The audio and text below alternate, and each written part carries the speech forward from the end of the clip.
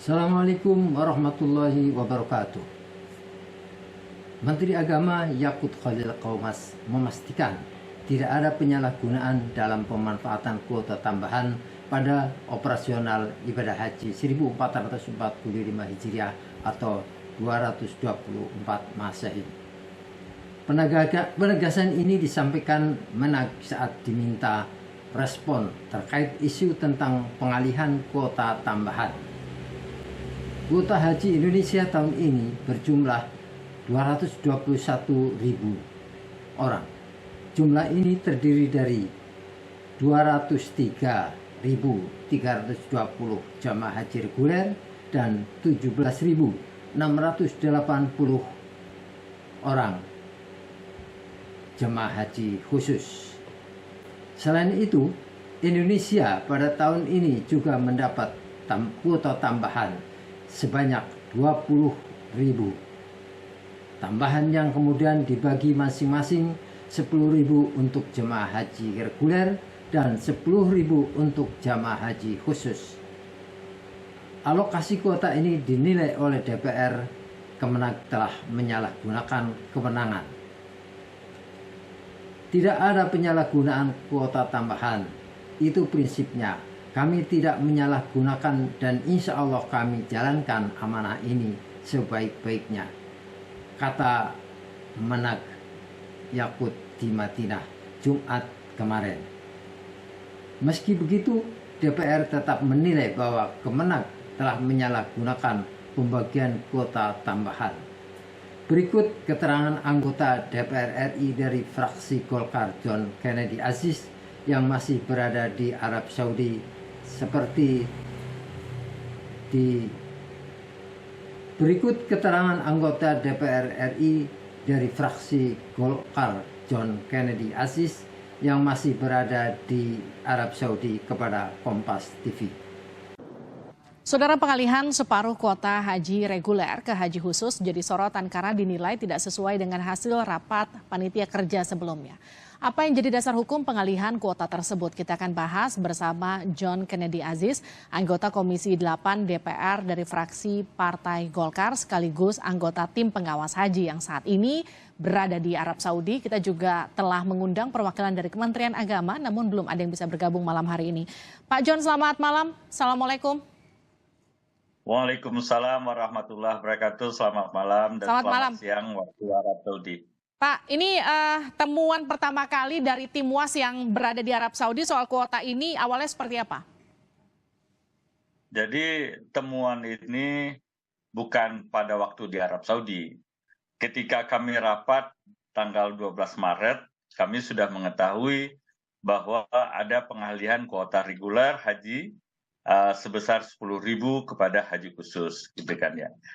Jadi begini Mbak Livia, bahwa tentang kuota haji tambahan ini yang 20.000 ini, jauh sebelum Panja dibentuk, kita sudah tahu bahwa ada penambahan kuota haji sebesar 20.000 jemaah. Betul.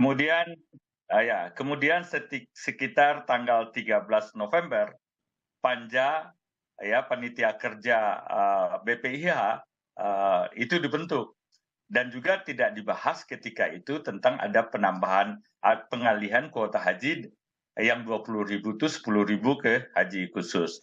Begitu juga tanggal 27 November ya, 27 November telah diputuskan ya melalui rapat kerja dengan pemerintah, disebutkan di situ juga tidak ada penambahan pengalihan kuota haji yang 20.000 itu ke 10.000-nya ke panitia khusus. Itu sebagaimana kita lihat dalam kesimpulan rapat pemerintah dengan DPR, dengan Komisi 8, bahwa Komisi 8 dan Menteri Agama Republik Indonesia menyepakati asumsi dasar biaya penyelenggaraan haji ibadah haji 1445 Hijriah 2024 Masehi.